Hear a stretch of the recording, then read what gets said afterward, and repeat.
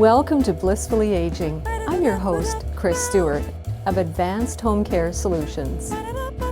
I'll be hosting this 7-episode mini-series in which we'll be visiting with older adults who are living life to the fullest. We'll be exploring the ways that these folks are engaged in these diverse pursuits and finding out what keeps them involved.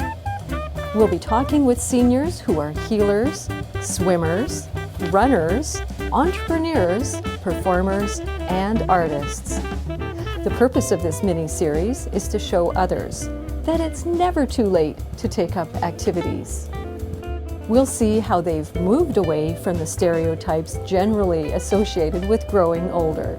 These folks know that staying active and engaged is one of the many keys to longevity. So let's visit with them and see what inspiring adventures they have to share with us.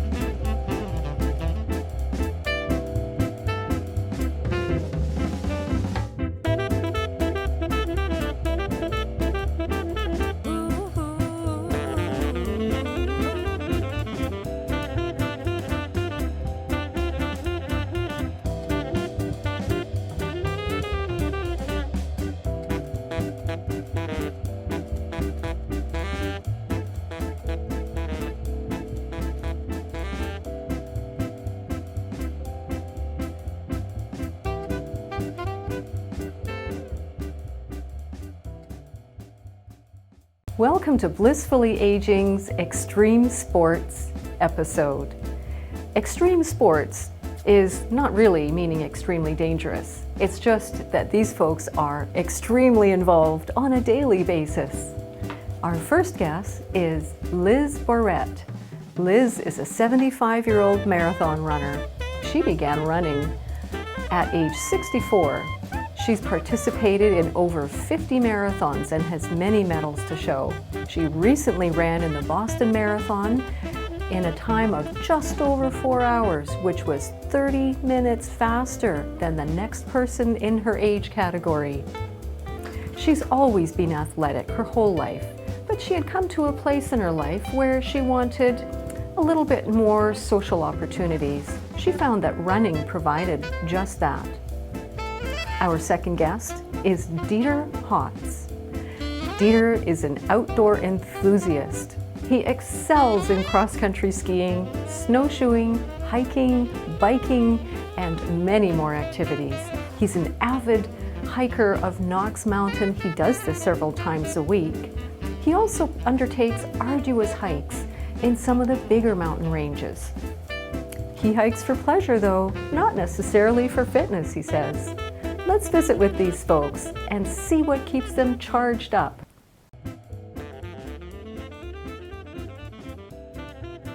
Today we're going to be talking with Liz Borrett, who's an avid long-distance runner. And Liz, maybe you can explain a little bit about the kind of running that you do.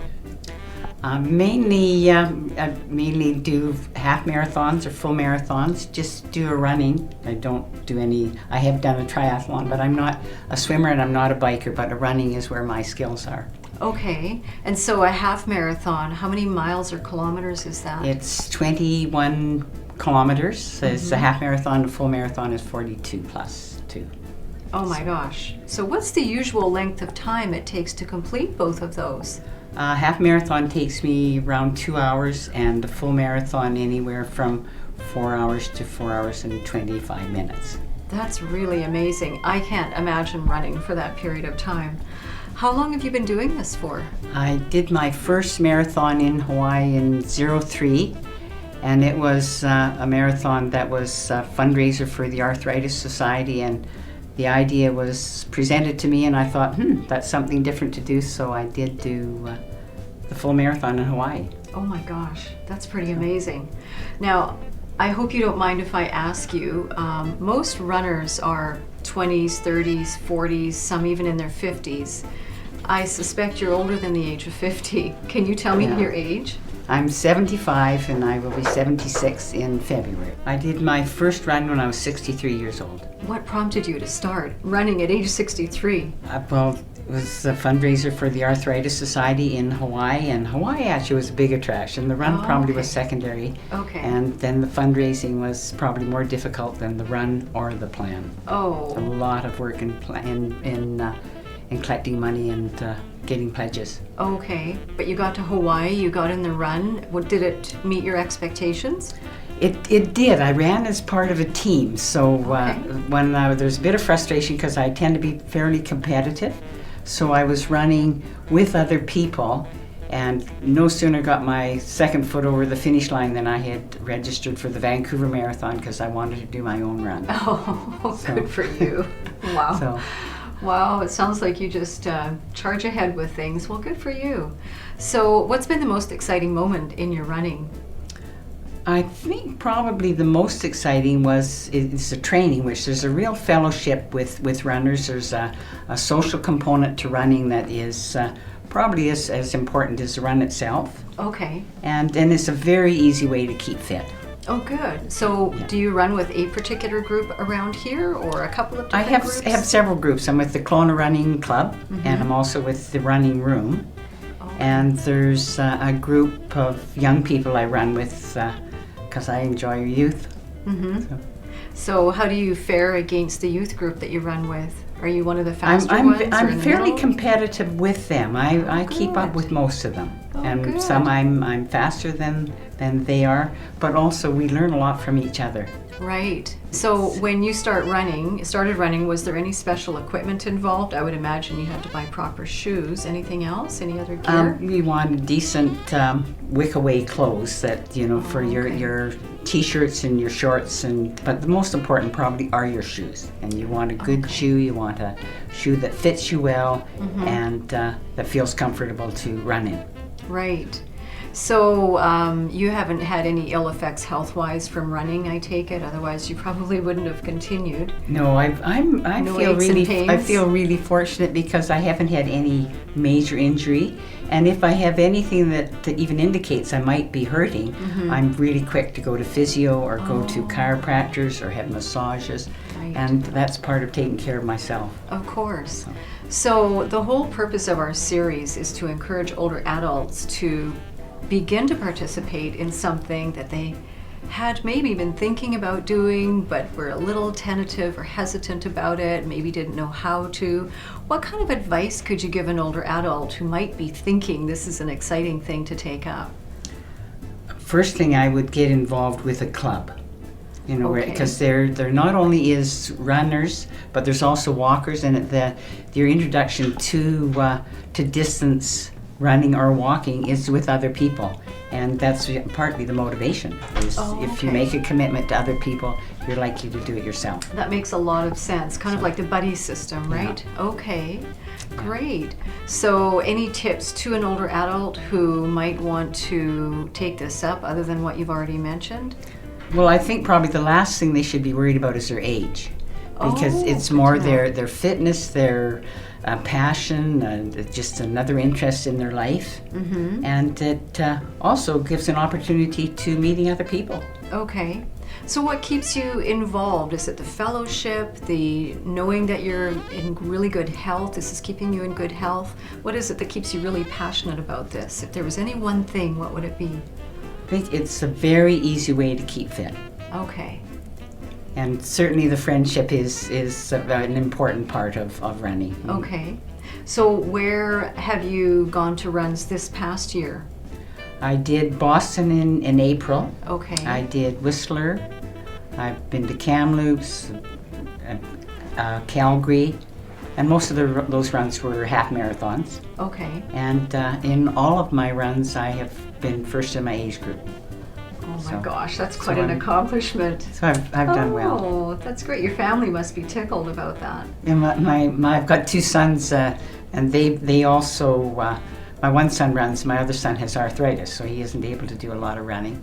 Has run, and we have a it's called a generation team, which we run in the Times Colonists, and there's me, that's the grandma, and then I run with right down to the grandkids. So there's been 8-10 of us in a team. Right. So and is that all of your all family of the family, members? and had to import a couple, a nephew and also a friend of the family. So was it you that got these other family members involved? Was it your idea? Myself and my son. My Okay. son on the island in Duncan. So Oh gosh, that's terrific. So it sounds like there's all kinds of places you can go with running.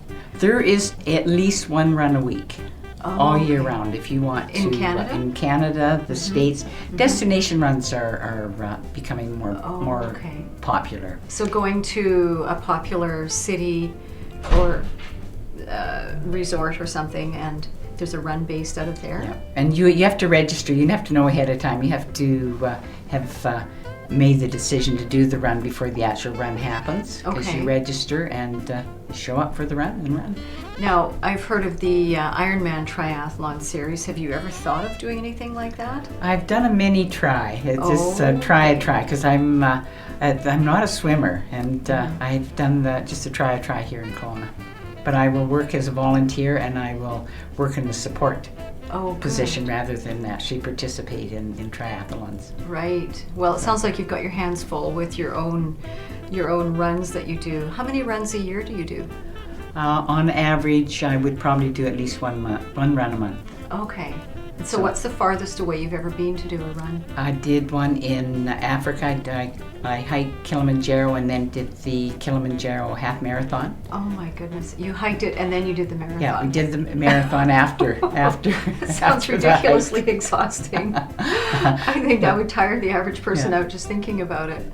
But it's a Oh my neat gosh. experience. Oh, I bet Yeah. it was. Well, it sounds like So, you've had just a yeah. terrific time with running. Yeah, it has been very much part of my life in the last 15 years. Right. And you know, I was mentioning to you a little while ago that I recently ran across a gent who's age 93, and up until 3 years ago, he was doing long distance running. So I think that proves that you can be any age and take up or continue on with running. Do you think you'll be doing this for a while yet?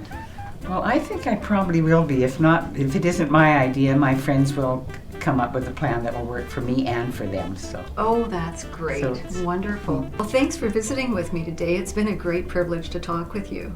And Well, best of thank luck you. with your Well, upcoming runs. Got New York coming up, so. You're leaving tomorrow. Leaving tomorrow. Best of so luck. thank you for having me. Thank you, Liz. It's been a privilege. We're sitting here today with Dieter Hotz. Dieter is an avid outdoor enthusiast. Now, Dieter, tell me about some of the sports and things you do outside. Well, there's many, of course, and it depends on the season. In the summer, of course, walking, hiking is very popular with me, and mountain biking and road biking. Those are activities that I do virtually daily.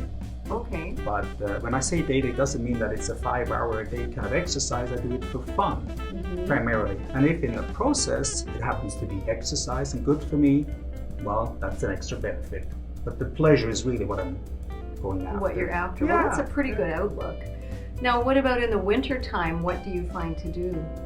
Oh, there is plenty. I think the weather never really should have any, influence on what you do. What you do, yes, but that you can do it. For example, in the winter there's snowshoeing, and you don't have to go very far to go snowshoeing. There's cross-country skiing again. There's cross-country skiing close by. I'm thinking of Telemark, just past West Bank, or if you want to go a little further, you can go to Nordic.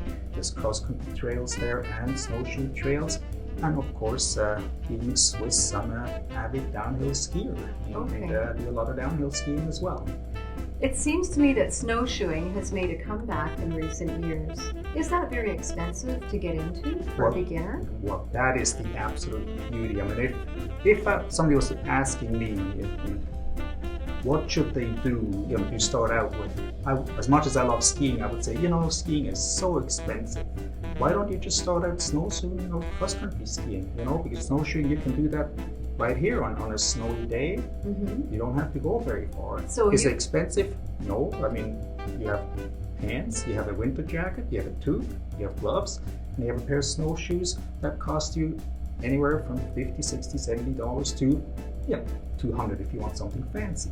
Who needs something fancy? And you can probably do that on some in-town trails too, perhaps? Absolutely. Actually, what we have done a few times, go on a golf course.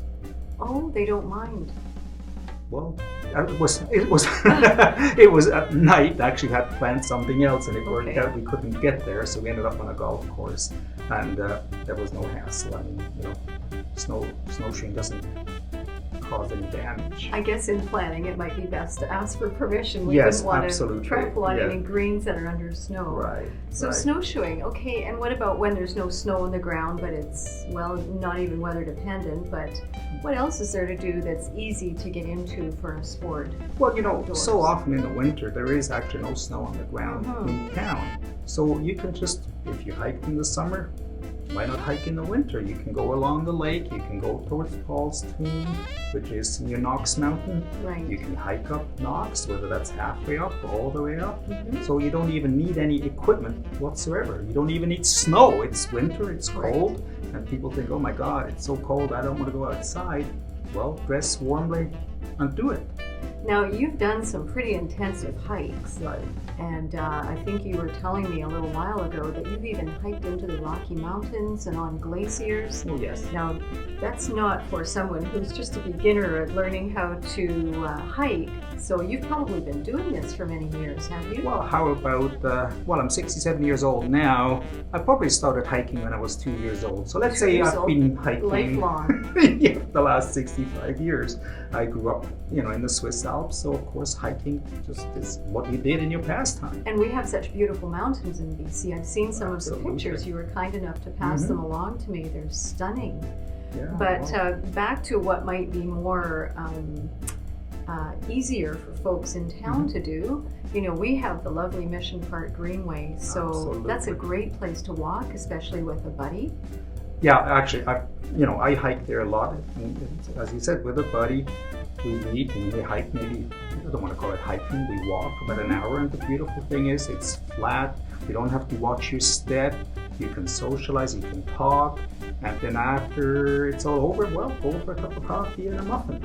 So it sounds like you do a fair bit of walking, hiking, and outdoor sports on a weekly basis. You're On out, a what, daily basis. I would daily say. basis. Yeah. So what encourages you to keep this up on a daily basis? What's your thought process there?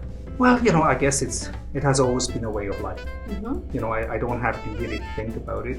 It's not an effort on my part to say, oh my God, what am I going to do today? You know, it's just something that as I may have mentioned to you earlier, I get up in the morning, I get dressed, and the first thing I do, I go for a half-hour walk. Just it clears my head, I get ready for the day, come home, have a shower, do a little stretching. I'm also involved in yoga, do a couple of yoga poses and exercises, and that starts the day. And I think it makes the day, you know, a better day when you start out on a positive note. Sure, and it sure keeps you in better health too. Absolutely. Yeah. So what would you say to an older adult who's maybe not active at all, not going for walks, and wondering how they might get started in being a little more physical? So what would you say to them to motivate them to do this? Well, I think one thing for me, I mean, I'm used to going out by myself, but I always have much more pleasure if I have a buddy to go with. And I think people who are new to being active, and there are, you know, it amazes me, a lot of people, they've never really done anything physically. They're not used to that. Right. And the thing is, you don't really have to go anywhere to go walking. I mean, wherever you live, you can go for a walk around the block. That's a good start. I mean, if you've never hiked before, why think you can hike all the way up Knox? You're never going to make it. It's disappointing. So why not just walk along Abbott, Walker's Place, go to the Mission Greenway, and if you do it with a friend, it's that much more fun. And yeah, really, it doesn't take anything other than the desire to step outside and move your body. Do you ever have days where you think, oh, I don't want to do anything today, I don't want to go for my walk? Do you ever have those days? Oh, well, yeah. You know, some days are better than others. I get the odd day when I'm just not Motivated? You know, not motivated. And the reason is sometimes I don't have a buddy to go with. Okay. And that is sometimes hard, you know, when you have to sort of go out by yourself. It's always much more fun if you can share the pleasure. You know, they say, share the pleasure, double the pleasure. Right. Yeah. Right. Makes sense. Yeah. Well, Dieter, it's been really amazing talking with you today. You're just opening up a whole new world to some folks, some of our viewers that may not be out there walking around. I know members of my own family could probably benefit from hearing your tales of hiking. But it's been great talking with you today, and I wish you well on your adventures outdoors, big hill or small. Big hill or small, that's right. And yes. just keep putting your feet in front of you. You're an inspiration for us all. Well, thank you very much, and thank you very much for inviting me to tea. It's been great. Thank Thanks you. for coming. Yeah.